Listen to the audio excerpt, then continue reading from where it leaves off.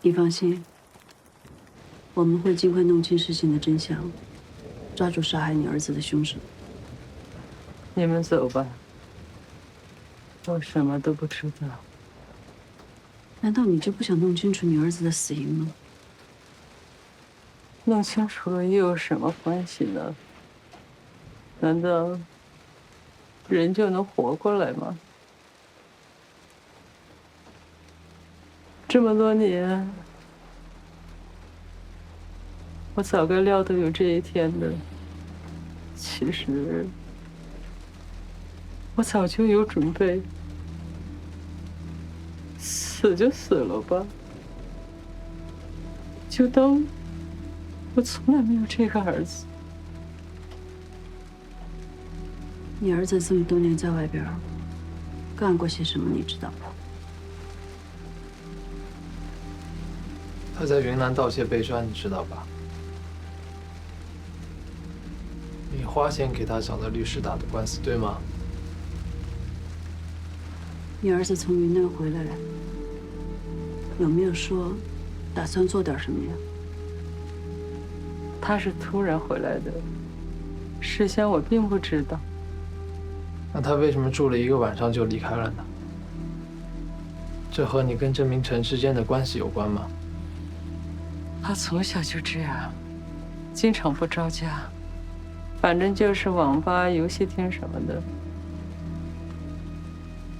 他回来之后住哪？你知道吗？我们查到他的手机从24号开始就一直关机，这么多天，你都不担心吗？我们平时联系很少，我不知道他什么时候关机的。他在这儿朋友多吗？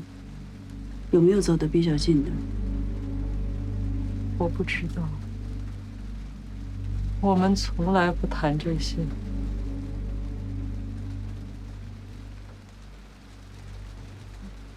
你脸上的伤是怎么回事？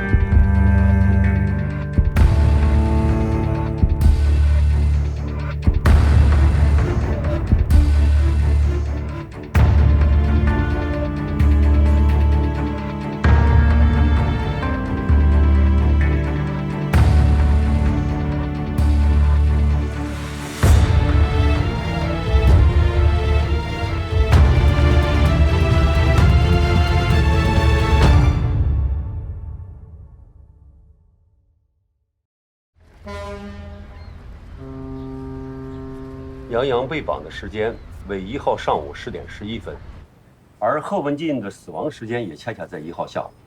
准确的时间应该是下午的5点到7点之间。死亡原因呢是头部中枪。他在被烧的时候应该已经死了几个小时了。根据他尸体的特征显示，当时凶手应该是站在他的右侧，右手持枪近距离开枪，造成贺文军中弹身亡。但是目前还没有找到子弹，他被杀的第一现场也没有被发现。我试着查了一下面包车距烧车现场行驶路线，暂时没结果。车上还有其他发现吗？凶手用了汽油，烧得很彻底，基本没有留下什么有价值的证据。在副驾驶上找到这个玩具车的轮毂，我已经给杨洋的表哥杨晓东看过了，应该是杨洋玩具车上的。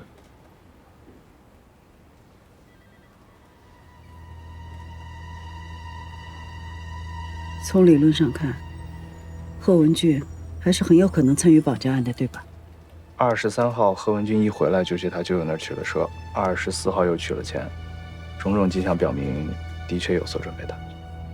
至少有一点可以说明，杀害贺文俊的凶手跟绑走杨洋的绑匪应该是同一个人。贺文俊从云南到他出事这段时间，应该是整个案子的关键。就算他没有参与过绑架案，他应该跟绑匪有接触过，所以我们只要查到杀害贺文俊的凶手，应该就能查到杨洋的下落。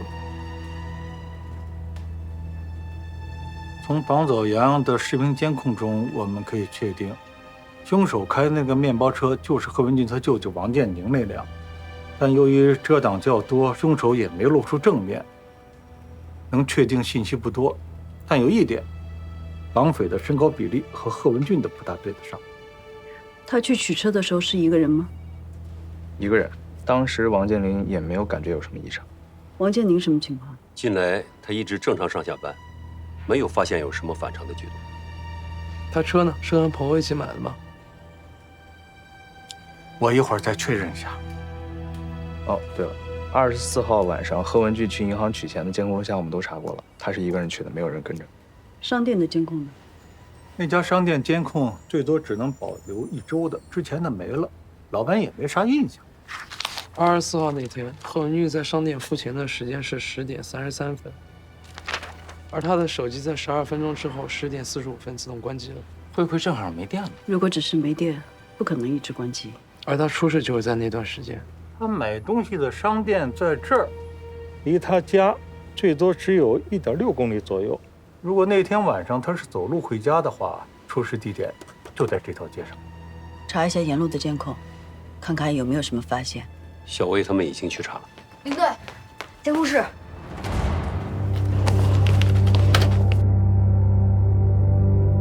视频是什么时候的24号晚上10点40，正好是离贺文俊家2个路口的一个探头拍到的。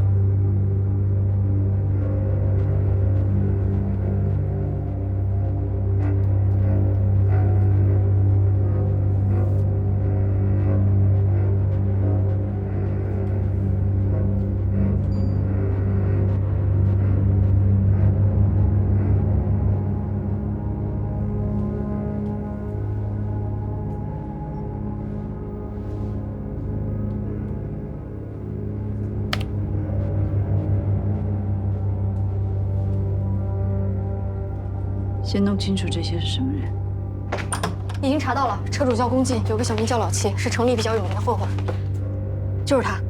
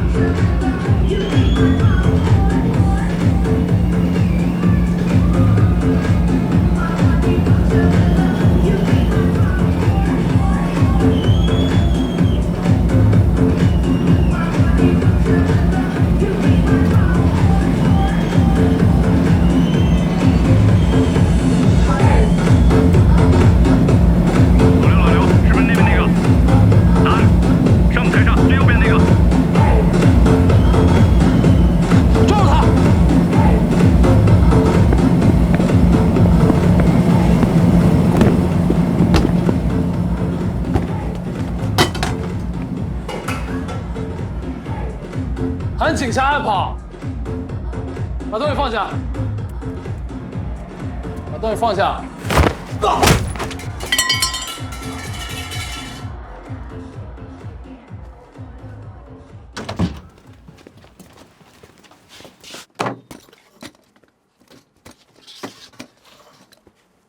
知道为什么抓你们？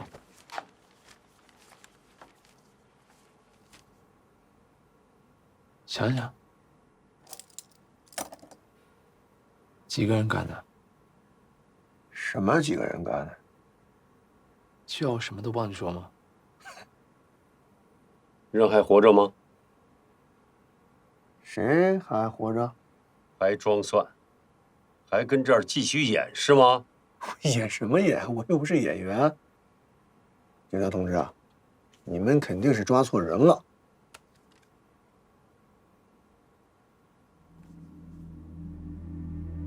抓错了吗？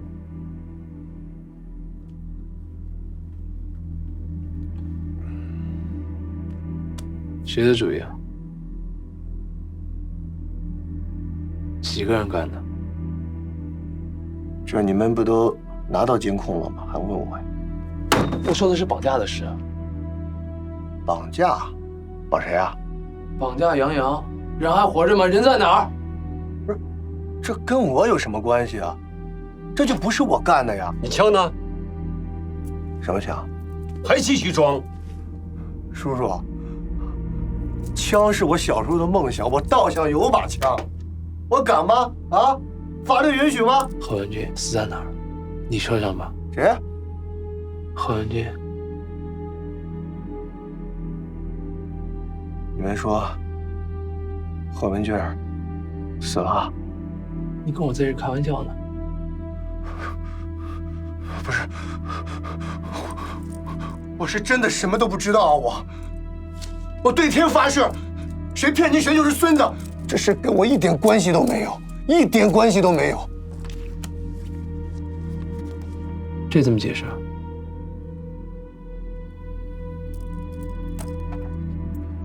行，我说，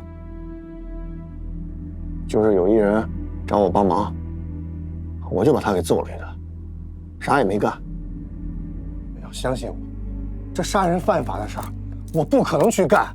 再说就几千块钱，你说我至于吗？我谁找你帮的忙？就是一姓周的，具体叫什么吧，我也没问。这道上的规矩，咱也不能问嘛。我们把贺文俊绑了以后交给他，我们就回了。这之后发生什么事儿，我可真的就不知道了。你说那个姓周的人，你见过吗？见了呀。长什么样？他吧，就是一普通人，30、40岁，中等身材。哦，他好像说，贺文俊把他的车给开走了。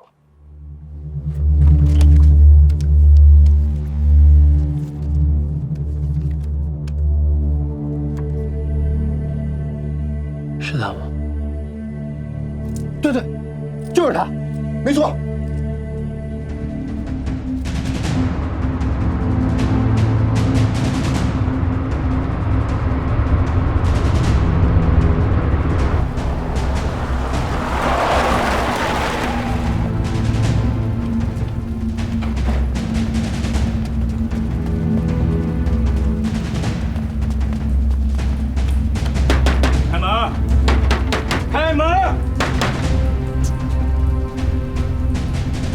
会跑了。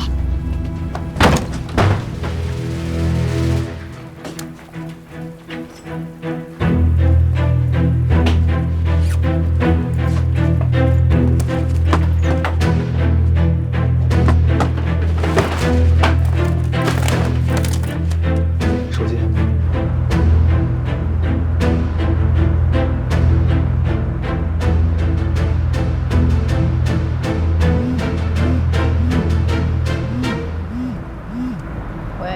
老大，王经理跑了，他的身份证、银行卡，所有东西全没了。有杨洋的东西吗？暂时还没有，这孙子连手机也关机了。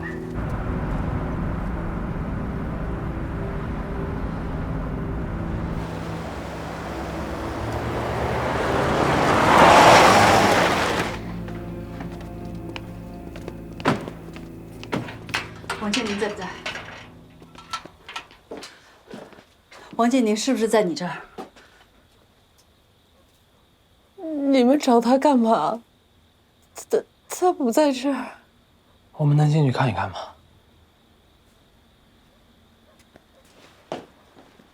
你早就知道所有的事情，对不对？什么所有的事？王建宁干的所有的事儿。你自己看看。他找人害死你儿子，县城那些绑架案也是他干的。这怎么可能？坚决不可能做这种事的。那你之前为什么会说不关心谁害死了你儿子？他跟王建宁到底发生了什么？我真的不知道。那辆车是他自愿借给何文俊的吗？你们肯定搞错了。不管怎么样，建宁都不可能害死阿迅的，不可能，不可能的。你冷静一点。他最近这2天有联系过你吗？他不可能从头到尾都没有提何文俊吧？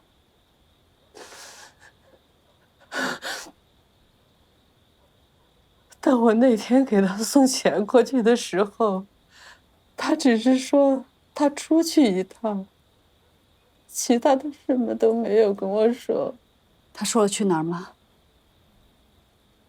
那你给他钱，是给他解决车的事儿吗？他是这么跟我说的。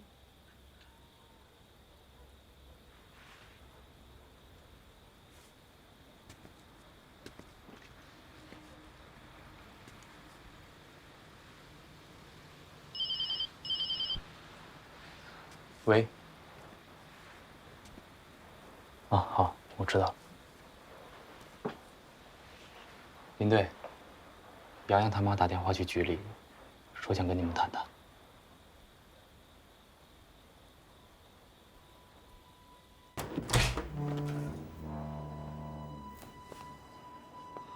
先进来吧。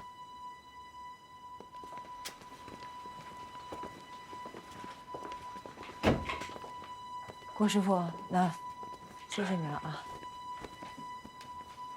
我送您下楼吧。这不用麻烦了，不用麻烦了，我自己能行。那个有点小意思，您说。改天我再去拜访您哈，谢谢。好。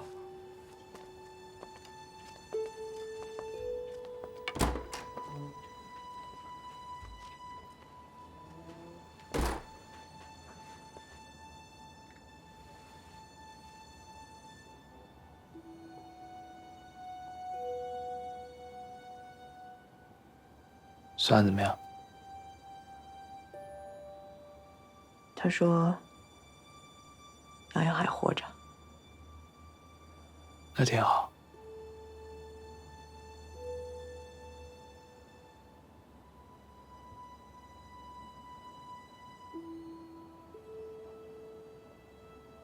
找我们过来有什么事吗？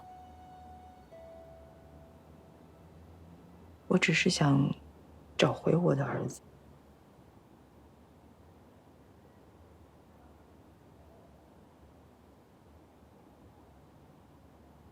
我生下他才3个月，就出去了。之后见面的日子，加起来都不到2个月。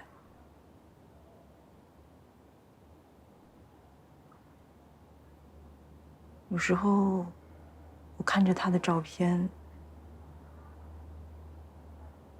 我都觉得我根本就不认识他。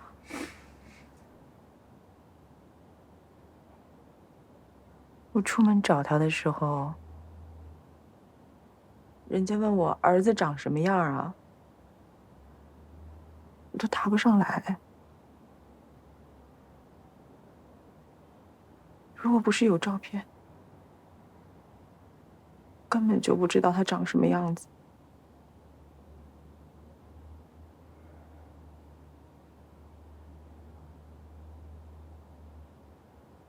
我求求你，一定要帮我找到我儿子，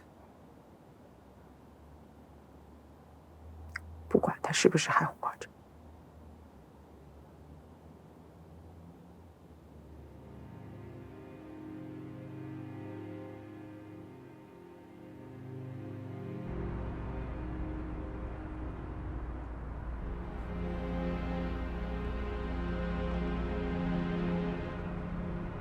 你怎么没让你妈搬过来跟你一起住？还是习惯住老家，每次来最多待1个晚上就要走，留都留不住。你呢？还跟你爸联系吗？不联系。从他走就注定好这样了吧？而且都这么大了，跟他联系也不知道说什么，也挺尴尬。你妈呢？她倒是挺好的，每天比我还忙，工作特别拼命。快退了吧？对，她最近正好接受返聘，忙一辈子的人了，应该也闲不住。人一闲下来啊，就容易老，挺好的。怎么没见你跟你妈打电话啊？打，每天都打。昨天晚上给我打电话，逼我回去相亲，说这次是住建局的，挺麻烦的。加个微信看看呗，万一是你美女呢？有道理啊。近日，备受关注的杨洋绑架案仍在持续调查中。杨洋被绑时间已经超过85个小时，但截至目前，我们仍然没有得到与之相关的任何消息。从今天上午开始，我们注意到大众关注的焦点已经逐渐从杨洋在哪变成了杨洋是否还活着。我相信我们所有人都在为这个小男孩祈祷，希望他能平安归来。但客观来说，随着时间的推移，希望也变得越来越渺茫。针对此前失踪男孩家属反映，在人质赎金交换过程中，警方可能存在的失职行为，我们今天下午特意联系了当地公安局方面，对方告诉我们，他们一直都在采取对杨洋最安全的行动方案，并不存在所谓失职行为，而且现在他们依然在集中全力调查此案，争取尽早救出杨洋，抓捕真凶。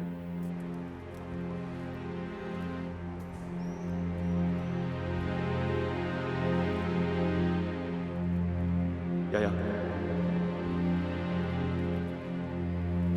知不知道你家在哪儿？我送你回去。别跑！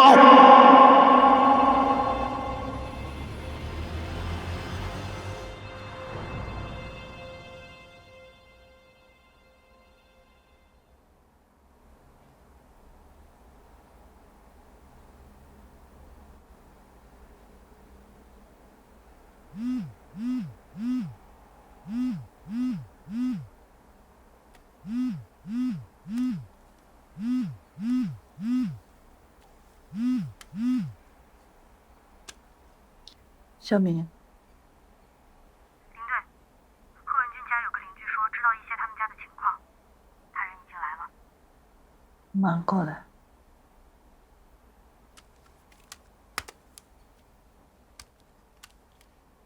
你是住在贺文俊家对面还是隔壁？我住那房间呀，紧挨着他们家的房间。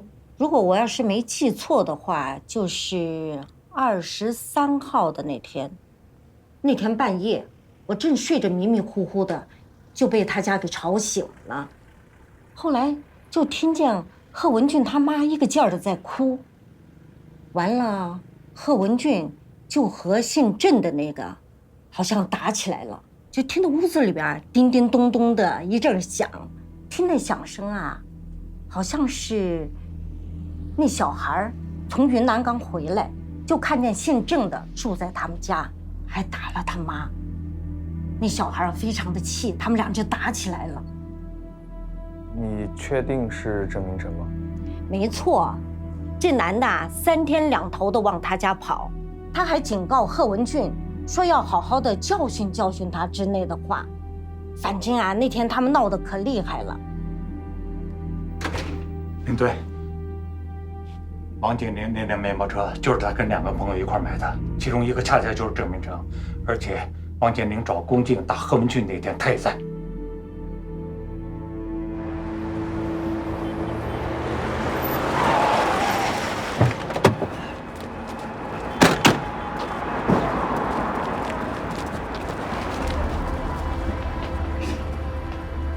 哎，你好。啊，你好。请问一下，郑明成是不是在你们这儿上班？郑明成，你们找他有事吗？公安局的。啊，我帮你们问一下。老郑，老郑呢？他昨天就没来了。知道他去哪儿了吗？不知道，他东西还在这呢。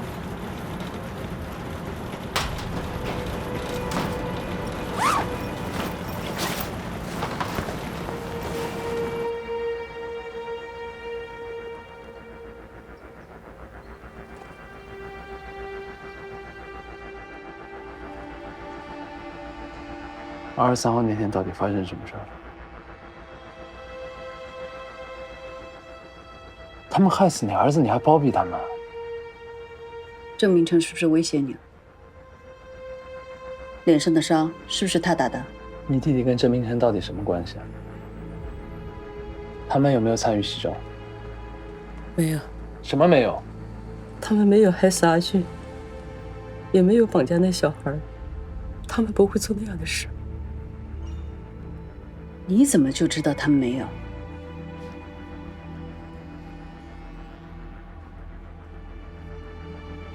因为我脸上所有的伤都是阿俊打的。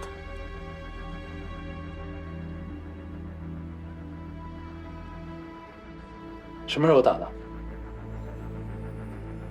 他从云南回来的那天晚上，不知道跑到哪儿去喝的烂醉。回来的时候我就说了他两句，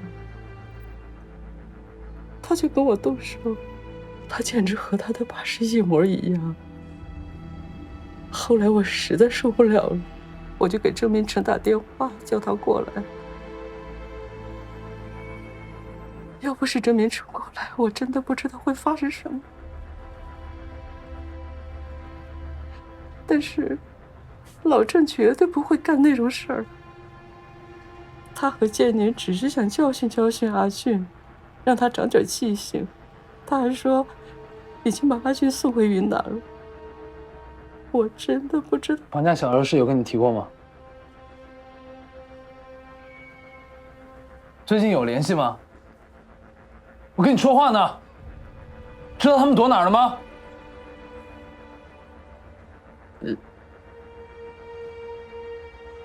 就在里面。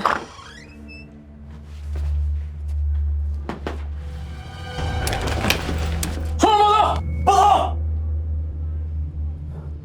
贺文俊真不是我们杀的，你们要相信我，我们怎么可能杀人呢？更不敢绑架什么小孩。我跟王家辉，还有王建宁从小就一起长大，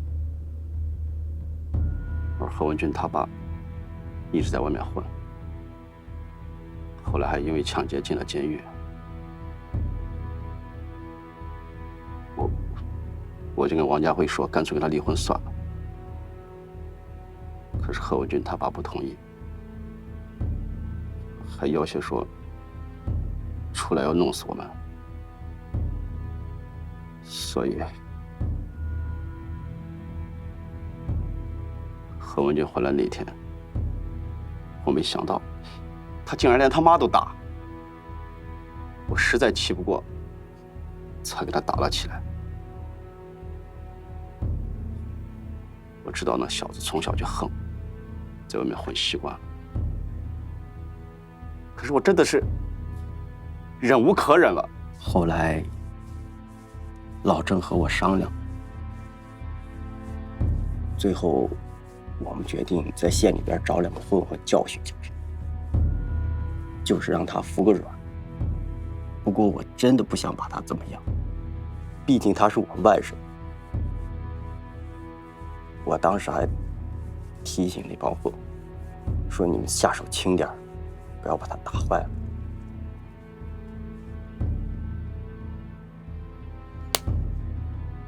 最后呢？24号那天，他们把他交给你之后，发生了什么事儿？他知道是我跟建宁找人弄他之后，很火大。我们就把他关了1个晚上，饿了1天。到了25号晚上，他饿慌了，终于服软了。我们就答应给他5000块钱，让他带着钱离开临川。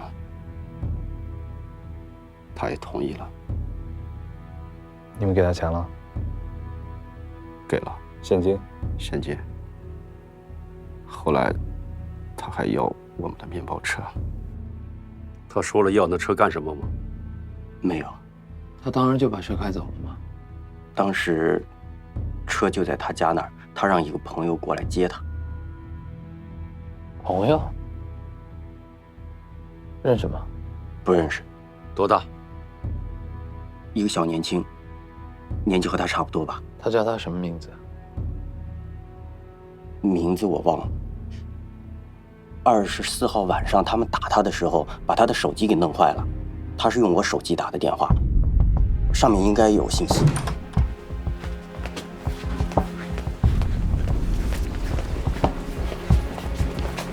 领队，贺文俊打的手机是一个广州号码，机主叫姚军，24岁，本地人。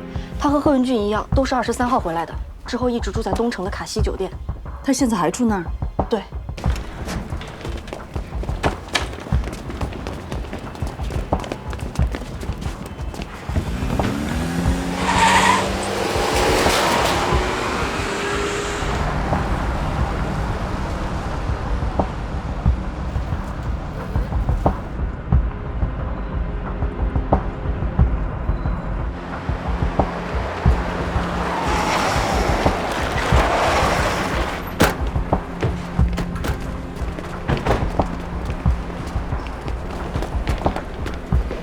你好，帮我查一下姚军是不是住在你们这？请问你们找他有什么事儿吗？哦，好的，请稍等。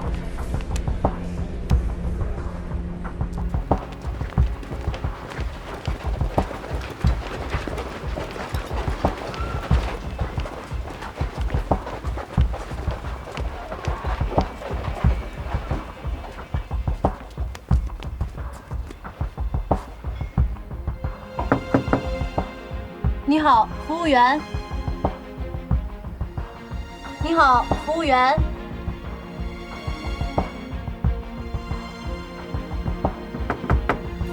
你好，服务员。开门。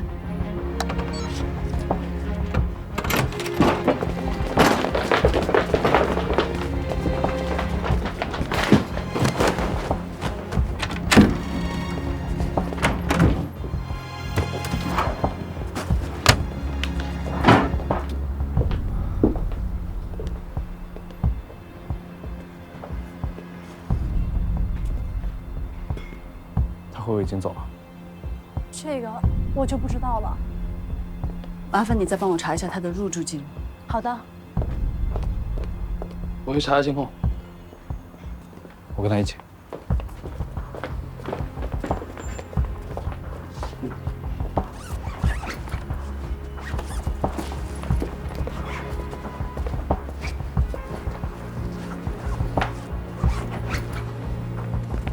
你说的这个我很有印象，应该是上个月月底的，帮他们调一下监控。29号。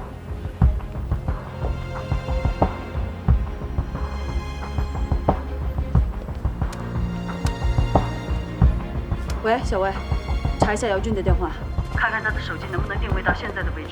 好，我现在就查。看一下是不是这个。来，停下。贺文俊，看来贺文俊这段时间一直和姚军住在一起。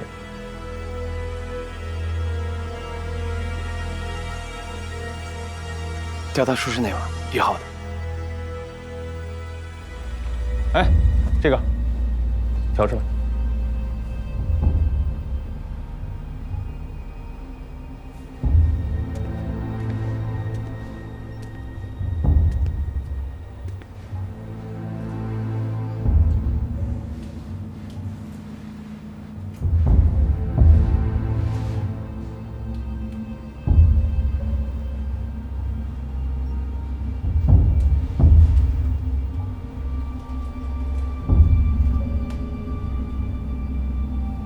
这小子脚上好像还有土啊！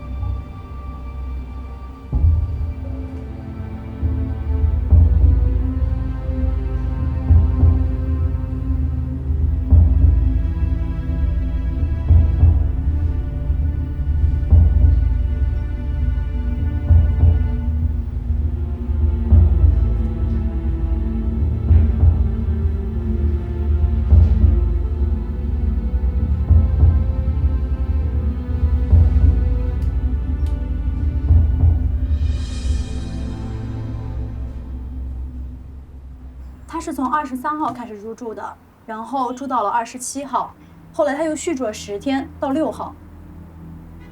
昨天晚上他回来了吗？这个我就不知道了，因为他续住到了6号，所以我们一直给他留着的。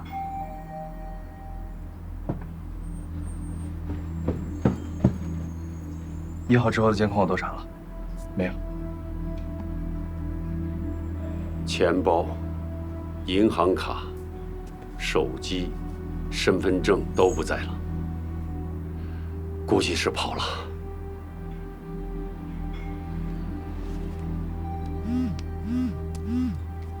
喂，小魏，领队，他的手机已经关机了，定位不到位置。之前的呢？他最后出现在哪？一家车行，1号下午5点25分，他用手机在那边付过一次钱，应该是去修车的，之后就没有了。有没有买票外出的记录？都没有。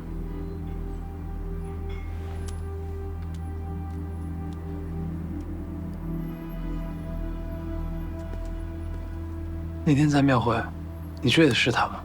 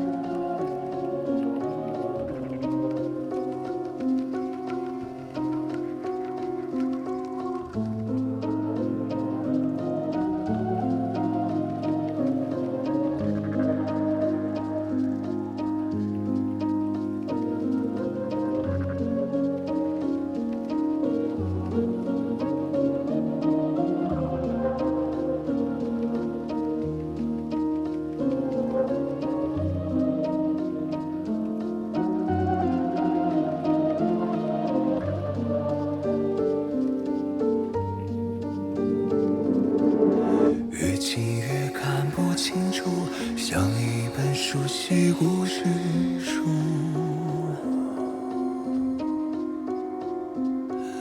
真相在渐渐模糊，像冬天轻片起了雾，想挣脱束缚，又陷入逃不开的桎梏。是人都有错误，却不是都渴望宽恕。每个人寻觅的幸福，藏匿在灯火阑珊处，